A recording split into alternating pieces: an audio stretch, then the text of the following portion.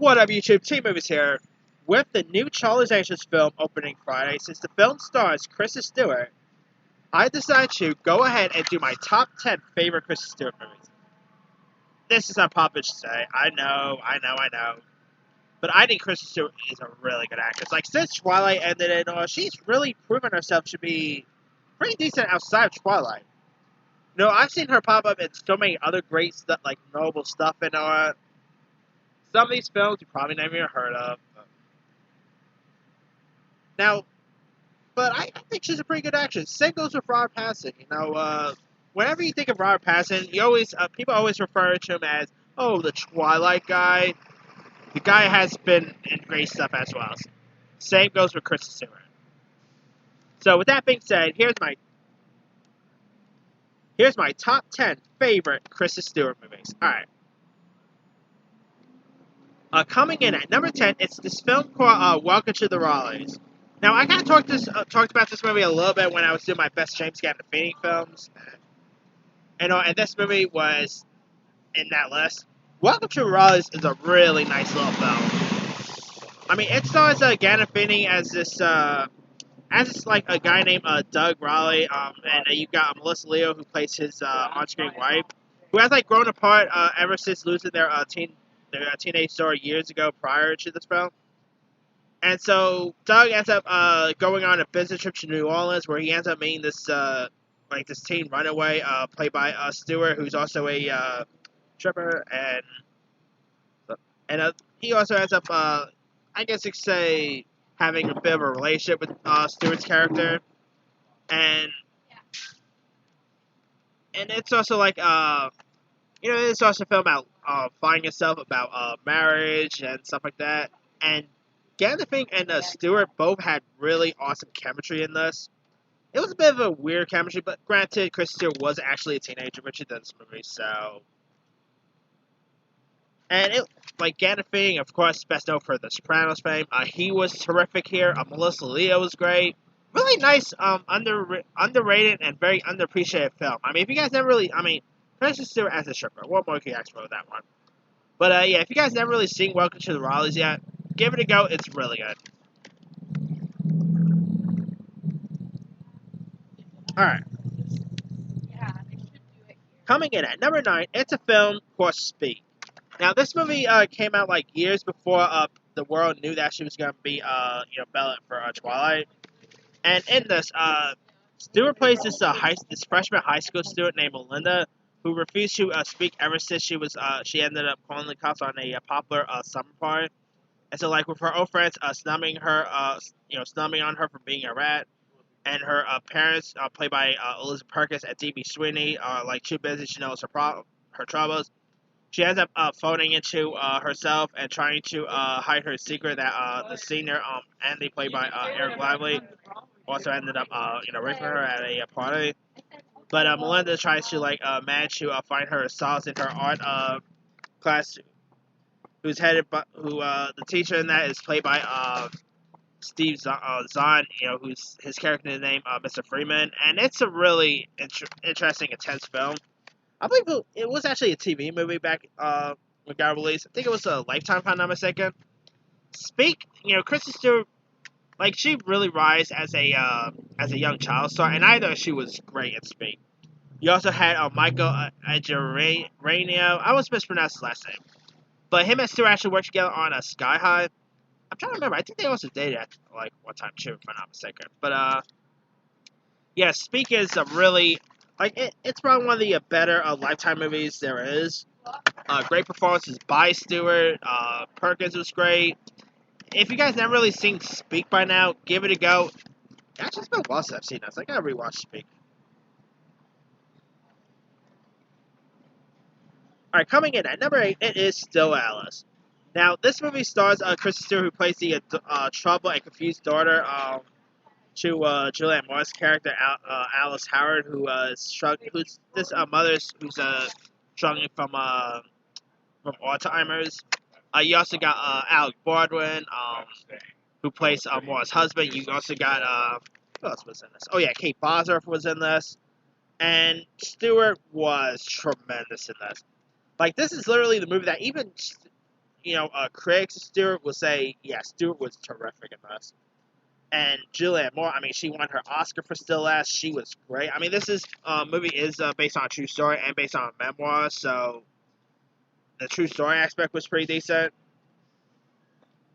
Now, too bad Stewart didn't get an Oscar nomination because she actually gave a really tremendous performance. I mean, she's trying to find herself through her sexuality and all that, and Stewart really nailed her part. If you guys haven't really seen Still Alice by now, give it a go. It's a really nice little flick.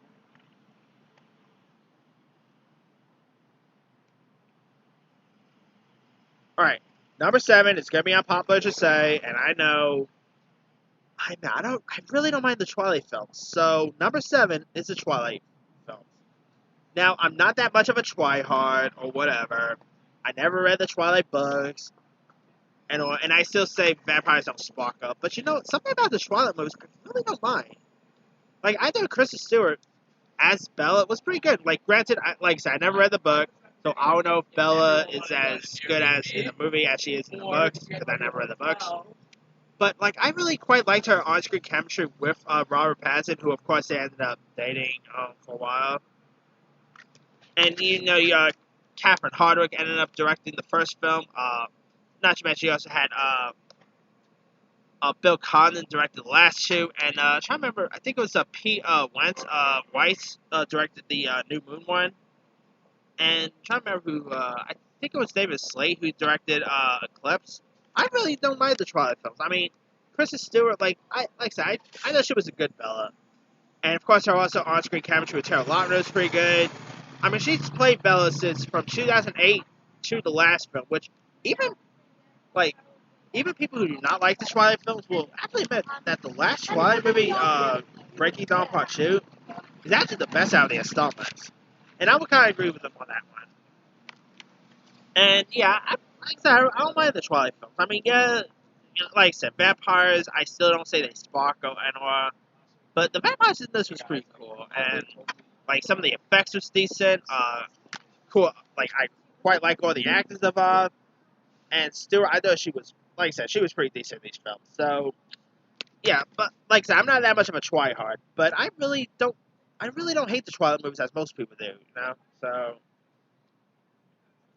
that's me. I know people will watch this be like, oh, are you crazy? Why do you like the Twilight films? And I'm just saying how it is. I'm just I'm just telling how it is. I don't mind them. So, anyway. Alright. Coming in at number 6, it is American Ultra. Now, this film is directed by the same guy who gave us Project X, and I love Project X. If you guys ever see Project X, that movie's awesome. Anyway. And it's pretty much like this fast-paced action comedy where Jesse Eisenberg plays this young stoner named Mike, who is very a hapless and unmotivated stoner who also lives with his girlfriend named Philippi, played by Stewart, who is also suddenly turned upside down.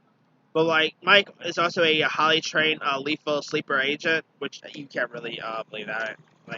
That's not really that believable. But Mike ends up being thrust into the middle of a deadly government operative, and he has to try to find, get his inner action hero to survive. And this movie has great action. I mean, it's also really funny, and it's a really cool it's a very different stoner comedy, but it's really hilarious. It's scripted by Max Landis, who also scripted Chronica. You also had Topher Grace, Walter Goggins, Bill Pullman, Connie Brin. You also had John Leguizamo, Tony Hale. And I really quite like the chemistry between Stewart and Eisenberg. Now, those two have actually worked together a couple times. They have so many great chemistry together, you'll actually literally think that they've ended up dating in real life, because how great their chemistry are in this. And like I said, they've also worked together and a few other stuff. But American Ultra is super awesome and fun and very underrated too. The movie got released in 2005, and nobody really actually talked about American Ultra since it got released. But it's... Oh, and I meant to say it got released in 2015, not 2005. Alright. Coming in at number 5, it is the film Into the Wild, which is based on a book. You've got Emil Hirsch, who plays this, college graduate who with like everything she loses, and he ends up donating his life to like saving account to charities and he ends up heading into the wild to like find himself. And you got Stewart who plays a teenager who ends up falling for him and all. It's directed by Sean Penn. Like it's kind of odd Sean Penn directed this. Emil Hirsch was terrific as the lead. You also had Marsha Gay Harden, Catherine Keener, William Hurt, Vince Vaughn, Jenna Malone, Hal Holbrook, Zach Galifianakis. So really great cast list. I mean, this movie actually got released like a year before Stewart, got into Twilight, like became in Twilight and all. And I really thought she was great. Her like chemistry, her on-screen chemistry with Emil Hirsch was terrific. The movie was a nice adventure flick. You can say it was also part coming of age too, as well. Stewart ended up like playing an instrument here. Like whoever knew that Stewart could sing, like she really sang pretty good in this. And yeah, if you guys haven't really seen Into the Wild, it's a really good one. And crazy to believe it's also based on a true story.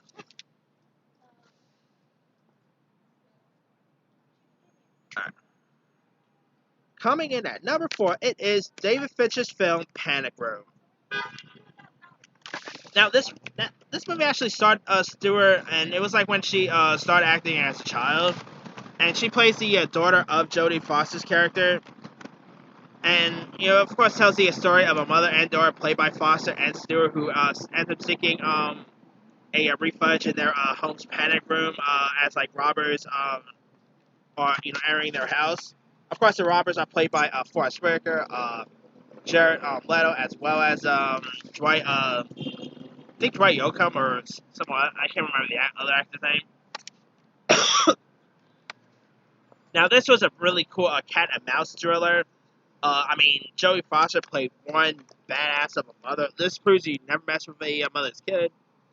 Stewart, I mean, she really gave a good performance as a child. Really showed like what like what she's capable of, and it shows like it really showcased her acting as at a very young age. And the mother and daughter chemistry in this was terrific. If you guys haven't really seen David Fincher's Panic Room yet, give it a go. It's a really good thriller. Alright. Coming in at number 3, it's another film with Iceberg and Stewart, and that is Adventureland. It's directed by Greg Motolo, who also gave us Superbad, and Paul, and cool director. Anyway, it stars Stewart. It features Stewart as who stars with Iceberg, who they play like these two carnival employees who like during their who are working there during the summer after their college graduation in 1987, and Stewart pretty much plays a very sarcastic and entertaining character with like a real talent here, and her like on-screen chemistry with Jesse Eisenberg was great. Like those two really play off each other well here. You also had Kristen Wiig, Bill Hader, Martin Starr. It's really good coming of age aspects. Greg, I thought did a great job with this. I mean, Adventureland, the movie actually was like the movie turned 10 this year, by the way.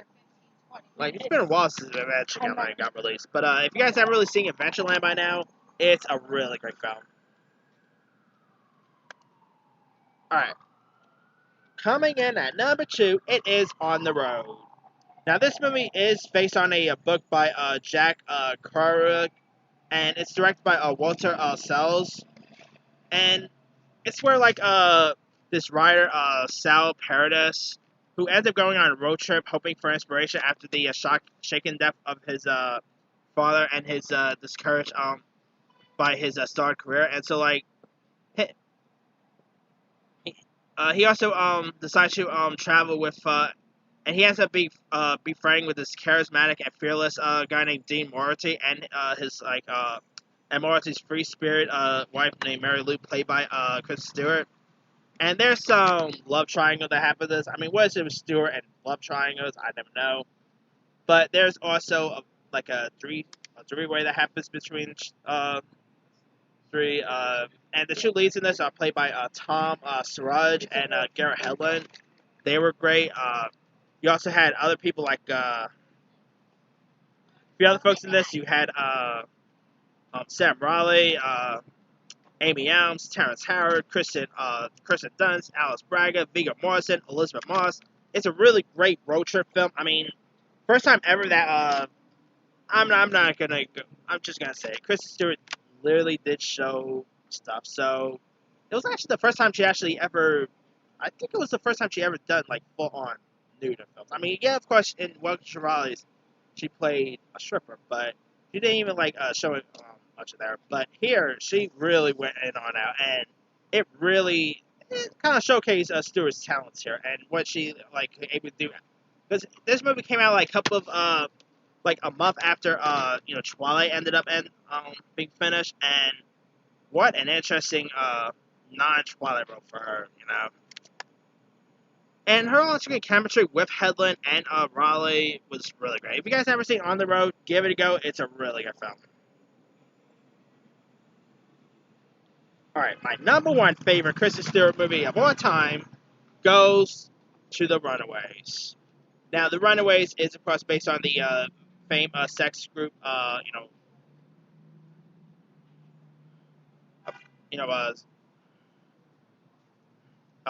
sex bomb, you know. Of course, it stars Kristen Stewart as a Joe Jett, and Dakota Fanning played Cherry. And I mean, Runaways, you know, with Stewart and Fanning is really great. I mean, the music, like Stewart, that woman could really bust out a tune, and she really played the role of Joan Jett perfectly. You also had Micah Shannon, who played like the manager here. Riley Keough was here in this film. Ali Grant, some really great supporting players. And this is actually also my favorite Stewart performances. I mean, this is literally the movie that made me go, all right, this Stewart girl, she could literally act like that. This woman Runaways is a film that really showcased more of her talent and like her music talent. And yeah, I think this is. I still sort of wish Stewart would have ended up getting an Oscar nomination for this because she was actually that great in this movie.